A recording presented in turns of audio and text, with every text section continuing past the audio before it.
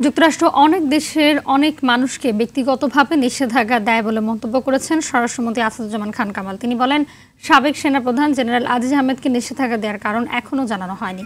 এ সময় ভারতে গিয়ে ঝিনাইদহ এমপি আনোয়ারুল আজিম আনারের নিখোঁজ হওয়ার বিষয়ে মন্ত্রী বলেন, এ বিষয়ে ভারতের পুলিশের সঙ্গে সার্বক্ষণিক কাজ করছে দেশের বিভিন্ন বাহিনীর সদস্যরা।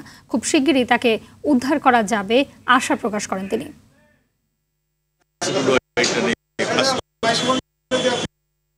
আমাদের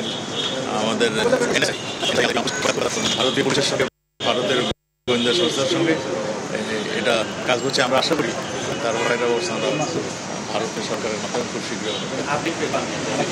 আমরা আমার কাছে এই এখন পর্যন্ত কোনো আপডেট এখন যতটুকু শুনতেছি তার